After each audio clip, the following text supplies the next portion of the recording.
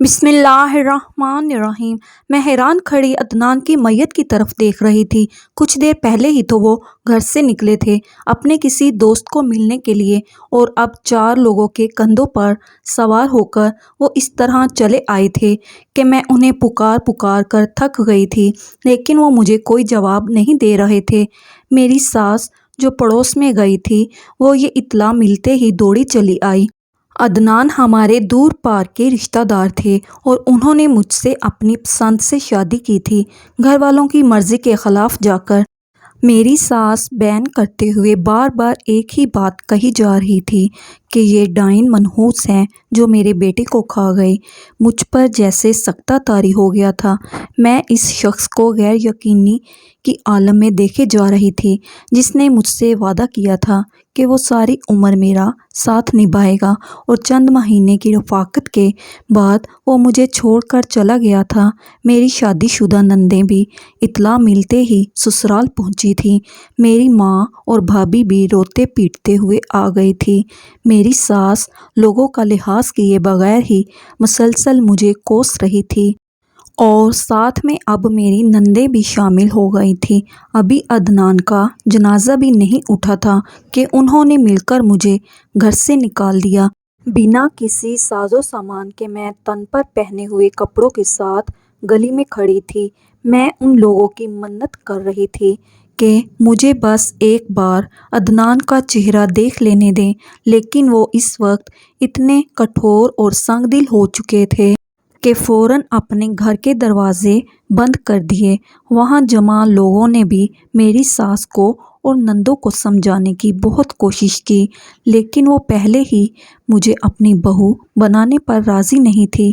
اس موقع پر تو انہیں کوئی بھی نہیں سمجھا سکتا تھا، کیونکہ سمجھانے والا تو خود ہی اپنی آنکھیں بند کیے پڑا تھا۔ میری ماں اور بھابھی مسلسل مجھے گھر لے جانے کی ضد کر رہی تھیں، لیکن میں بھی مسلسل ان کے دروازے کے باہر ہی بیٹھی رہی، اور جب عدنان کا جنازہ باہر گلی میں نکلا تو میں اس کے ساتھ ساتھ چلنا شروع ہو گئی۔ مجھے عدنان کے بھائیوں بہنوئی اور باپ نے بھی جنازے کے ساتھ چلنے سے منع کیا تھا، لیکن میں مسلسل چلتی رہی۔ قبرستان میں پہنچ کر جب نماز جنازہ کے بعد سب کو آخری بار دیدار کرایا گیا تو میں نے بھی جا کر اسے آخری بار جی بھر کر دیکھا تھا۔ اس کے چہرے پر اس کی وہی مسکان ٹھہری ہوئی تھی جو ہمیشہ ہی وہ اپنے چہرے پر سجائے رکھتا تھا، چاہے حالات کتنے ہی سخت کیوں نہ ہو جائیں۔ نہ جانے کون ظالم تھا جو موبائل تو چھین کر لے ہی گیا تھا، لیکن پھر جاتے جاتے اس نے عدنان سے اس کی زندگی بھی چھین لی تھی۔ میرا بھائی مجھے سمجھا رہا تھا کہ سب لوگ جا چکے ہیں، لیکن میں مسلسل قبر کے پاس ہی بیٹھی رہی تھی، اور بالآخر میرے گھر والے بھی مجھے قبرستان سے ہی لے گئے۔ اس وقت میں 5 ماہ کی حاملہ تھی۔ ہم دونوں نے مل کر اپنے ہونے والے بچے کے لیے ڈھیروں خواب بن کر رکھے تھے، لیکن شاید قدرت کو یہی منظور تھا کہ یہ بچہ دنیا میں آنے سے پہلے ہی یتیم ہو جائے۔ زندگی کہیں نہیں ٹھہرتی، اسی لیے دیکھتے ہی دیکھتے 4 ماہ گزر گئے۔ ایک شدید تکلیف بھرے دن کے بعد میں نے اپنی بیٹی کو جنم دیا تھا۔ اس کی آنکھیں بالکل عدنان جیسی تھی اور چہرہ میرے جیسا تھا۔ اسے دیکھ کر میں ایک بار پھر سے رو پڑی تھی۔ ہم دونوں نے مل کر سوچا تھا کہ اگر اللہ تعالیٰ نے ہمیں بیٹی دی تو ہم اس کا نام فاطمہ رکھیں گے، اور اگر بیٹا دیا تو ہم اس کا نام احمد رکھیں گے۔ میرے بھائی نے بڑی امید کے ساتھ میری ساس کو اطلاع بھجوائی کہ وہ دادی بن گئی ہیں، ایک بار آ کر معصوم بچی کے سر پر ہاتھ رکھ دیں، لیکن انہوں نے بڑی سختی کے ساتھ کہہ دیا کہ مجھ سے یا اس بچی سے ان کا کوئی تعلق نہیں۔ زندگی کی گاڑی یوں ہی آہستہ آہستہ چلنا شروع ہوئی تو بچی کے اخراجات کی وجہ سے سالوں سے خاموش خدمت گزار بہو اور بھابھی بھی پریشان ہو گئی۔ ان کے اپنے بھی 4 بچے تھے، اور میری بیٹی کے اوپر ہونے والا خرچ بھائی کی قلیل تنخواہ سے پورا نہیں ہو پا رہا تھا۔ انہوں نے کئی بار دبے دبے لفظوں میں اماں سے کہا کہ اب وہ میرا رشتہ کر دیں یا پھر میری ساس کو اس بات پر مجبور کریں کہ وہ اس بچی کے لیے عذرا کو واپس لے جائیں۔ دونوں ہی صورتیں بہت مشکل تھیں۔ میں نے امی کو اپنی ساس سے رابطہ کرنے سے منع کر دیا اور شادی سے بھی انکار کر دیا تھا، کیونکہ مجھے معلوم تھا کہ مجھے تو ہزاروں رشتے مل جائیں گے لیکن میری بچی کو باپ کا پیار نہیں ملے گا۔ اس لیے میں نہیں چاہتی تھی کہ وہ ماں کے پیار سے بھی محروم ہو جائے۔ میں نے بچی کو امی کے حوالے کیا۔ اس وقت فاطمہ صرف 1.25 سال کی تھی۔ جب میں پہلی بار گھر سے نکل کر گارمنٹ فیکٹری میں ملازمت کرنے لگی، اب ہر مہینے میں بھابھی کے ہاتھ پر 5,000 روپے رکھ دیتی تاکہ انہیں میرا کھانا پینا برا نہ لگے۔ میری بچی کی ضروریات بھی سکون کے ساتھ پوری ہو رہی تھیں اور ساتھ ہی میں اپنی امی کو بھی پیسے دے دیتی تھی۔ میں نے خود کی ذات کو یکسر فراموش کر دیا تھا۔ حالانکہ ابھی میری عمر صرف 24 سال تھی، لیکن میں دیکھنے والوں کو 30 سال سے اوپر کی لگتی تھی۔ فاطمہ 6 سال کی ہو چکی تھی۔ میری امی اب مجھے بار بار مجبور کر رہی تھی کہ وہ فاطمہ کو اپنے ساتھ رکھ لیں گی، لیکن مجھے دوسری شادی کر لینی چاہیے، کیونکہ اکیلی عورت کا اس معاشرے میں زندگی بسر کرنا کوئی صحیح فیصلہ نہیں، بلکہ آنے والے وقت میں مشکلات اور بھی بڑھتی ہی جائیں گی۔ مگر میرا دل بری طرح سے ٹوٹ چکا تھا، اس لیے میں نے امی کو انکار کر دیا۔ گارمنٹس فیکٹری میں ہمارے ساتھ میل بھی کام کرتے تھے اور ایک ہی کمپنی میں کام کرنے کی وجہ سے آہستہ آہستہ میرا ایک ورکر کے ساتھ اچھا خاصا ذہن ملنے لگا تھا، کیونکہ وہ بھی اپنی ذاتی زندگی میں بہت ساری مشکلات کا شکار تھا اور ایک ہی جگہ کام کرتے وقت سبھی لوگ ایک دوسرے کی پریشانیوں سے آگاہ تھے۔ اس کی بیوی زینت ایک تیز مزاج کی عورت تھی اور اس کی ماں کا ہر وقت جینا حرام کر کے رکھتی تھی۔ اللہ تعالیٰ نے اسے شادی کے 5 سال بعد اولاد سے نوازا تھا اور اب اس کا بڑا بیٹا 4 سال کا تھا۔ اکثر وہ میلے کچیلے کپڑوں میں بھوکے پیٹ ہی کمپنی آ جایا کرتا تھا۔ میں اب گھر سے ایکسٹرا کھانا لانے لگی تھی۔ میں اسے کھانا دے دیتی تھی۔ ایک روز اس نے ایسی بات کہہ دی کہ میں حیرت سے اس کے چہرے کی طرف دیکھنے لگی اور پھر نہ جانے جذبات نے کیا رنگ لیا کہ میں نے اس کی آفر قبول کر لی۔ وہ مجھ سے نکاح کرنا چاہتا تھا اور میں بھی امی کے بار بار اصرار کی وجہ سے مجبور ہو گئی تھی۔ بجائے اس کے کسی شادی شدہ انسان سے شادی کرنے کے کہ وہ فاطمہ کو اپنے گھر نہیں لے جائے گا بلکہ امی اس کو پالیں گی، بہتر تھا ایسے مرد سے شادی کرنا جو فاطمہ کو اپنے ساتھ رکھنے پر رضامند ہو جائے۔ اور عادل نے مجھ سے پہلا وعدہ یہی کیا تھا کہ وہ میری بچی کو ہمیشہ اپنی سگی اولاد کی طرح چاہے گا اور اسے اپنے خاندان کے ساتھ رکھ کر اپنا نام بھی دے گا۔ میں نے عادل سے کہہ دیا کہ وہ میری والدہ سے بات کر سکتا ہے۔ اگلے ہی ہفتے عادل اپنی ماں کو لے کر امی سے بات کرنے پہنچ گیا۔ میری بھابھی اور بھائی نے اس بات پر بہت اعتراض کیا کہ وہ اپنی پہلی بیوی کی موجودگی میں مجھ سے شادی کرنا چاہتا ہے، لیکن میں نادان تھی۔ میں نے بھائی اور بھابھی سے کہا کہ میں اپنا گھر بسانے کے لیے کسی دوسری عورت کا گھر اجاڑنا نہیں چاہتی اور میں اپنی محبت سے اس کی پہلی بیوی اور بچوں کا دل جیتنے کی کوشش کروں گی، اور اگر میں ایسا نہ کر سکی تو پھر میں ایک الگ گھر میں رہنے لگ جاؤں گی۔ بہرحال کافی بحث مباحثے کے بعد بھائی راضی ہوئے اور 1 ماہ بعد سادگی کے ساتھ میں نکاح کر کے عادل کے ساتھ اس کے گھر پہنچ گئی۔ گھر کافی بڑا تھا۔ اس کی پہلی بیوی زینت کو سب کچھ پہلے سے ہی علم تھا۔ مجھے تو لگا تھا شاید وہ مجھے قبول کرنے میں کافی وقت لے گی، لیکن اس کا نرم رویہ دیکھ کر میں حیران اور پریشان رہ گئی۔ شادی سے پہلے میری سوچ یہ تھی کہ میں اب مزید فیکٹری میں کام نہیں کروں گی، البتہ گھر میں اگر سلائی کا کام مجھے ملتا رہے تو میں کر لوں گی۔ لیکن 1 مہینہ چھٹیاں کاٹ کر ہی مجھے اندازہ ہو گیا کہ ایک کمائی میں 2 بیوی اور بچوں کا پالنا ناممکن ہے، اس لیے میں عادل کو کچھ کہے بغیر ہی واپس کمپنی میں جا کر کام کرنے لگی۔ میری یہ ساس مجھ سے بہت نرمی سے پیش آتی تھی۔ فاطمہ کو بھی انہوں نے بہت جلدی قبول کر لیا تھا۔ فاطمہ انہیں دادی جان اور زینت کو بڑی ماما بلاتی تھی۔ ہماری شادی کو 1 سال گزر گیا تھا۔ میں جب بھی اپنی بچی کے کپڑے جوتے لاتی تو زینت کے دونوں بیٹوں کے کپڑے اور جوتے بھی لاتی۔ جب میں اپنا سوٹ بناتی تو زینت اور امی کا سوٹ بھی بنا دیتی تھی۔ وہ گھر جس میں پہلے ہر روز فساد ہوتا تھا اب امن کا گہوارہ بن گیا تھا۔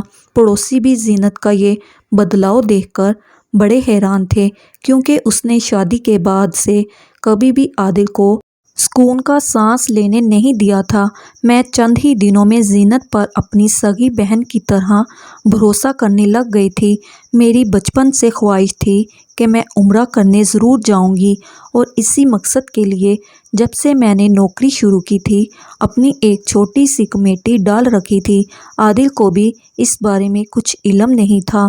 جیسے ہی میری کمیٹی پوری ہوئی اور مجھے یکمشت 16 لاکھ روپے ملے تو مجھے لگا کہ اب میرا خواب پورا ہو جائے گا۔ میں نے اچھی طرح سوچ سمجھ کر عادل سے بات کرنے کا فیصلہ کیا۔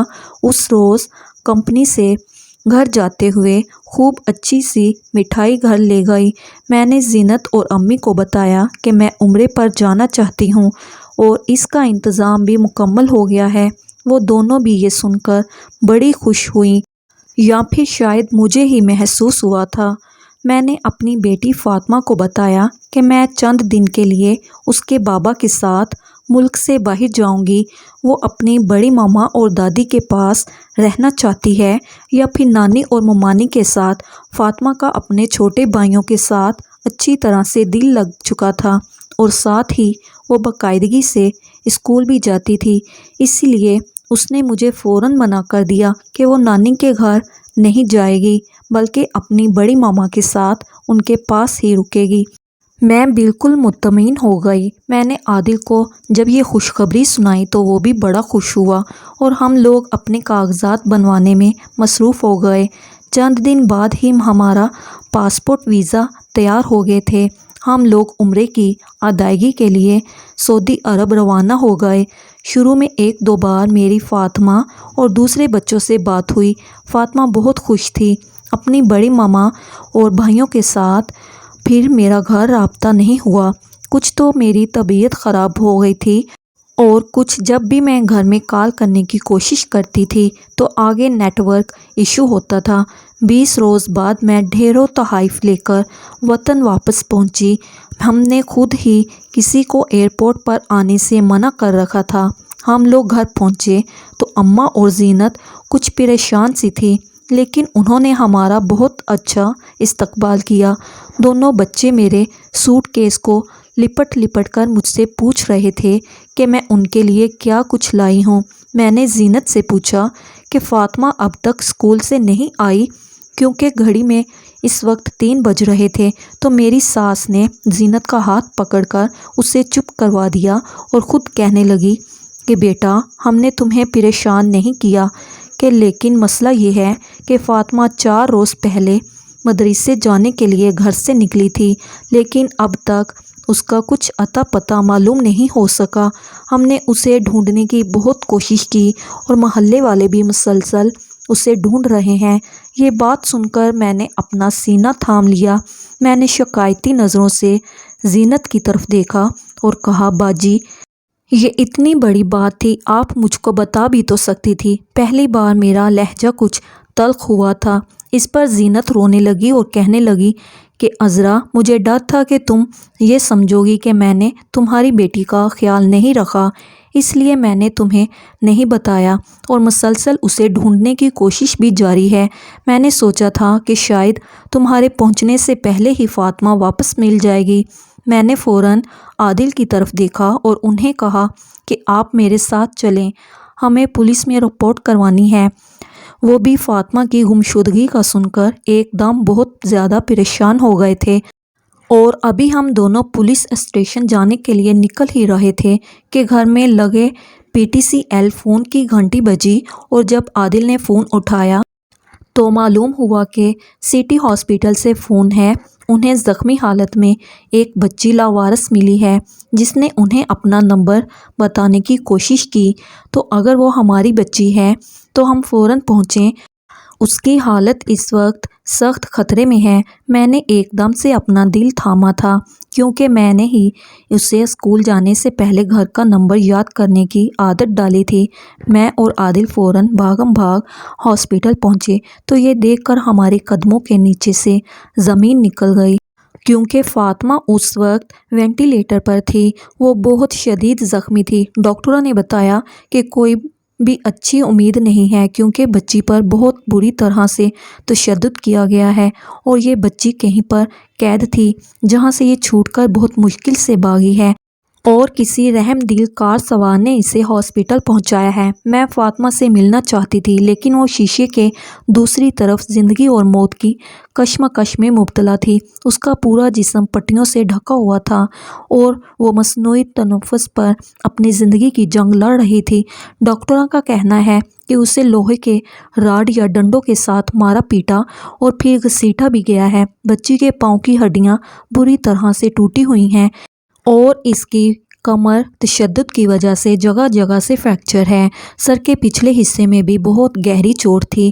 میرا دل لرز رہا تھا کہ اتنی چھوٹی سی معصوم بچی نے کسی کا کیا بگاڑا تھا کہ تشدد کرنے والے نے اسے اس حال میں پہنچا دیا تھا۔ میں مسلسل رو رہی تھی۔ میرے گھر سے امی اور بھابھی بھی پہنچ گئی تھی۔ عادل نے گھر فون کر کے زینت اور اماں کو بھی بتا دیا تھا لیکن حیرت کی بات تھی کہ وہ دونوں ہی ہاسپٹل نہیں آئیں۔ میری بھابھی اور ماں مجھ سے سخت ناراض تھیں کہ اگر مجھے عمرے پر جانا ہی تھا تو میں اپنی بچی کو ان کے پاس چھوڑنے کے بجائے عادل کے گھر پر کیوں چھوڑ کر گئی۔ عادل بھی پریشان اور شرمندہ سا نظر آ رہا تھا۔ میں نے بھابھی کی طرف دیکھ کر نظریں جھکا لی اور کہا کہ فاطمہ ان کے ساتھ رہنا نہیں چاہتی تھی اور اسی کی ضد پر میں اسے اس کی بڑی ماں کے حوالے کر کے گئی تھی۔ یہ سیدھا سیدھا پولیس کیس تھا اور پولیس فاطمہ کی حالت دیکھنے کے لیے ہاسپٹل پہنچی اور مقدمہ درج کر لیا گیا تھا۔ شک کی بنا پر پولیس نے عادل کی ماں اور زینت کو حراست میں لینے کی بات کی تو عادل بری طرح سے گھبرا گیا اور مجھ پر زور دینے لگا کہ میں پولیس کو منع کر دوں لیکن میری بھابھی اور ماں نے مجھے مجبور کر دیا کہ میں زینت اور عادل کی ماں کو شک کے دائرے میں کھڑا کروں۔ عادل نے دبے دبے الفاظ میں یہ بھی کہہ ڈالا تھا کہ اگر اس کی ماں یا بیوی پر کوئی حرف آیا تو وہ مجھے فوراً چھوڑ دے گا۔ میں نے اس کی یہ بات سن کر زخمی نظر سے اس کی طرف دیکھا۔ میری اولاد موت اور زندگی کے بیچ میں جھول رہی ہے اور اسے اپنی بیوی اور ماں کی بے گناہی پر اس قدر یقین ہے۔ خیر 2 روز کی تفتیش کے دوران ہی زینت نے اور ماں نے فوراً یہ بات قبول کر لی کہ انہوں نے ہی فاطمہ کی یہ حالت کی ہے۔ میرے جانے کے 2 دن بعد ہی فاطمہ پر تشدد شروع کر دیا گیا تھا۔ جب پولیس نے انہیں پوچھا کہ انہوں نے ایسا کیوں کیا تو وہ کہنے لگی کہ فاطمہ نے عادل کے دونوں بچوں کو بے دردی سے مارا تھا اور غصے میں زینت نے اسے لکڑی سے مارا تو اس کے سر پر زخم بن گیا اور اس نے زینت کو دھمکی دی تھی کہ وہ اپنی ماں کو سب کچھ بتا دے گی۔ بس وہ لوگ اسی بات سے خوف زدہ ہو گئے اور انہوں نے سوچا کہ اگر عذرا کو معلوم ہو گیا کہ زینت نے اس کی بیٹی کو مارا ہے تو وہ اسے کبھی معاف نہیں کرے گی اور شاید عادل بھی اپنی بیوی کی سائیڈ لے کر زینت کو گھر سے نکال دے گا۔ میں حیرت سے عادل کی طرف دیکھ رہی تھی اور وہ شرمندہ ہو کر ادھر ادھر دیکھ رہا تھا۔ میں پچھلے 2 سال سے زینت کو اپنی بڑی بہن سمجھ کر اور اس کے بچوں کو اپنی سگی اولاد کی طرح پال رہی تھی۔ میں بھی چاہتی تھی کہ گھر پر بیٹھ کر سکون سے اپنے شوہر اور بچوں کے ساتھ زندگی گزاروں لیکن جب میں نے دیکھا کہ گھر کے مالی حالات درست نہیں رہے تو میں نے دوبارہ سے نوکری کر لی تھی تاکہ زینت اور اس کے بچے بھی ایک اچھی زندگی گزار سکیں۔ اور میں نے جب شادی کی تھی گھر میں کسی چیز کا حساب کتاب نہیں کیا تھا۔ میں نے زینت سے پوچھا میں تو تمہیں اپنی بڑی بہن سمجھ کر تمہارے ساتھ بنا کسی حسد اور مقابلے کے ایک اچھی زندگی گزارنا چاہتی تھی، تو پھر یہ سب کیا ہے؟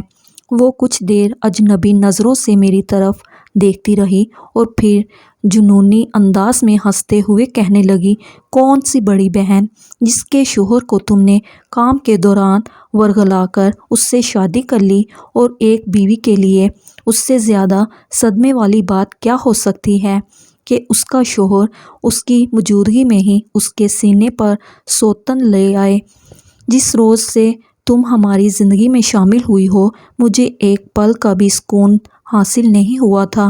میں ہر وقت بس یہی سوچتی رہتی تھی کہ تمہیں کیسے عادل کی زندگی سے دور کروں، اور اب جب تم نے عادل کے بچے کی ماں بننے کا فیصلہ کیا، اس وقت سے میرے سینے پر سانپ لوٹ رہے تھے، اور مجھے حیرت اس بات کی تھی کہ عادل نے مجھ سے یہ وعدہ کر کے تم سے شادی کی تھی کہ وہ کبھی بھی تمہیں ماں بننے کا اختیار نہیں دے گا۔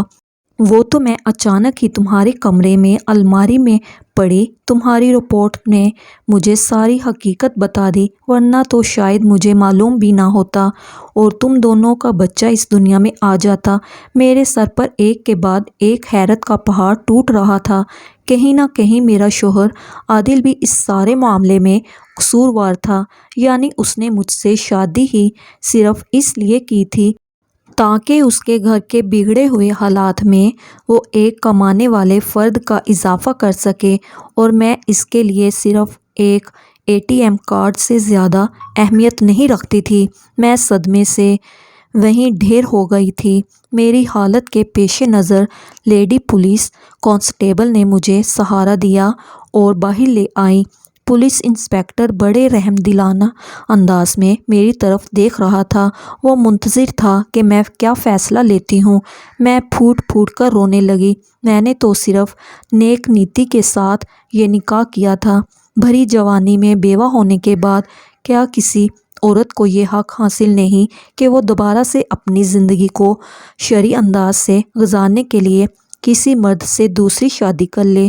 میری بھابھی اور ماں نے مجھے بہت سمجھایا تھا کہ دوسری بیوی کی موجودگی میں میرا عادل سے شادی کرنا بالکل ایسا ہے کہ جیسے کسی زندہ سانپ کے بل میں ہاتھ ڈالنا، مگر میری آنکھوں پر تو عادل کے اعتماد کی پٹی بندھی ہوئی تھی، اور میں نے تو اپنی طرف سے ایک اچھا فیصلہ ہی کیا تھا کہ میں زینت یا اس کے بچوں کے حق تلفی نہیں ہونے دوں گی۔ اور بدلے میں مجھے کس قدر بھیانک تحفہ ملا تھا۔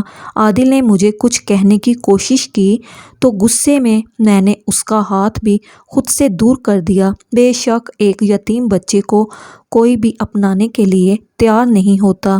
پچھلے 2.5 سال سے عادل یہ صرف ڈرامہ کر رہا تھا کہ وہ میری بیٹی کو اس کے سگے باپ کی طرح ہی چاہتا ہے۔ میں اپنے ہونے والے بچے کے مستقبل کے بارے میں فکر مند تھی۔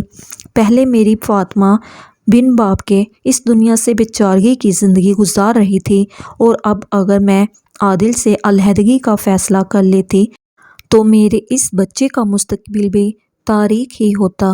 میں یہ اچھی طرح سے جان چکی تھی کہ میری حیثیت ان لوگوں کی زندگی میں صرف اور صرف ایک ATM کارڈ جتنی تھی۔ کاش میں نے اپنی امی کی بات مان کر انہی کی پسند سے شادی کی ہوتی، اور میری بیٹی کم سے کم اپنی نانی اور ممانی کے پاس اتنی غیر محفوظ تو نہ ہوتی۔ میرے پاس اب صرف ڈھیر سارے پچھتاوے میرے اپنے ہی خریدے ہوئے تھے۔ عادل پہلے نرمی سے مجھ سے اس بات پر قائل کرتا رہا کہ میں اس کی بیوی اور ماں کو پولیس سے چھڑوا دوں، اور پھر میں نے اس کا ایسا روپ دیکھا کہ میں حیران رہ گئی۔ اس نے مجھ پر ہاتھ اٹھایا اور کہا، زینت نے جو بھی کیا وہ حسد اور جلن کی وجہ سے کیا، لیکن امی کا اس میں کوئی قصور نہیں ہے، لیکن تمہیں ان دونوں کو ہی معاف کرنا ہوگا۔ میں اس کی طرف حیرت سے دیکھ رہی تھی۔ اگلے روز مجھے ہاسپٹل سے کال آ گئی۔ میری بیٹی کی طبیعت حد سے زیادہ بگڑ چکی تھی۔ میں اس وقت 5 ماہ کی حاملہ تھی۔ زینت کے دونوں بیٹے ڈری سہمی نظروں سے میری طرف دیکھتے رہتے تھے، لیکن میں نے انہیں کبھی کچھ نہیں کہا۔ وہ دونوں بچے اب بھی مجھے چھوٹی ماما ہی کہتے تھے۔ عادل گھر پر نہیں تھا۔ میں بھاگم بھاگ ہاسپٹل پہنچی۔ ڈاکٹر کا کہنا تھا کہ فاطمہ نے کچھ دیر کے لیے آنکھیں کھولی تھی۔ میں اس کے قریب بیٹھ کر مسلسل اس کے اوپر دعائیں پڑھ پڑھ کر پھونک رہی تھی۔ میں کیا جانتی تھی کہ میں خدا کے گھر کا طواف کرنے جا رہی ہوں اور ظالم لوگ پیچھے سے میری بیٹی کو اس دنیا سے ہی رخصت کرنے کی کوشش کر رہے ہیں۔ میرا بھائی، ماں اور بھابھی اس وقت میرے ساتھ تھے۔ فاطمہ نے پھر سے تھوڑی دیر کے لیے آنکھیں کھولی تھی۔ وہ مجھے دیکھ کر کچھ کہنے کی کوشش کر رہی تھی۔ ڈاکٹر اسے منع کر رہے تھے کہ وہ بولے نہیں، لیکن وہ شاید اب تک مجھے پہچان رہی تھی۔ مجھے دیکھ کر ٹوٹی پھوٹی آواز میں کہنے لگی، ماما، بڑی ماما بہت گندی ہیں۔ انہوں نے خود بھی مجھے بہت زیادہ مارا اور پھر مجھے ایک گندے انکل کے حوالے کر دیا تھا۔ انہوں نے میرے ساتھ بہت برا اور گندا سلوک کیا تھا۔ اتنا کہہ کر وہ رونے لگی تھی اور میرے قریب کھڑا ہوا میرا بھائی غصے سے بے قابو ہو رہا تھا۔ مطلب فاطمہ کی حالت صرف زینت کے تشدد کی وجہ سے نہیں تھی، بلکہ بعد میں بھی اس بچی کے ساتھ کوئی ظلم ہوا تھا اور اس کے سر کے اندر لگی ہوئی اندرونی چوٹوں نے اس کا بچنا محال کیا ہوا تھا۔ میں اپنی بیٹی کے دونوں ہاتھ پکڑ کر دیوانگی کے ساتھ چوم رہی تھی۔ میں نے اکیلے اسے 6 برس تک پھولوں کی طرح پالا تھا، مگر دنیا والوں کے دباؤ کے سامنے میں نے دوسری شادی کرنے کا فیصلہ کر کے اپنے ہاتھوں سے ہی اپنی گود اجاڑ لی تھی۔ ہم سب لوگ تڑپتے رہ گئے اور تھوڑی ہی دیر میں میری معصوم سی بچی نے ہمیشہ کے لیے اپنی آنکھیں بند کر لی۔ جب یہ اطلاع عادل کو ملی تو وہ بھاگم بھاگ ہاسپٹل پہنچا، جہاں پر میرے بھائی نے اس کا گریبان پکڑ لیا۔ اب اس کی بیوی اور ماں کا بچنا بہت مشکل تھا۔ انسپکٹر نے تفتیش کا دباؤ بڑھا دیا تو زینت نے اپنا یہ جرم بھی قبول کر لیا تھا کہ اس نے تو فاطمہ کے ساتھ معمولی مار پیٹ کی تھی، لیکن بعد میں اس نے اپنے کزن سے 2 لاکھ روپے لے کر فاطمہ کو اس کے حوالے کر دیا تھا۔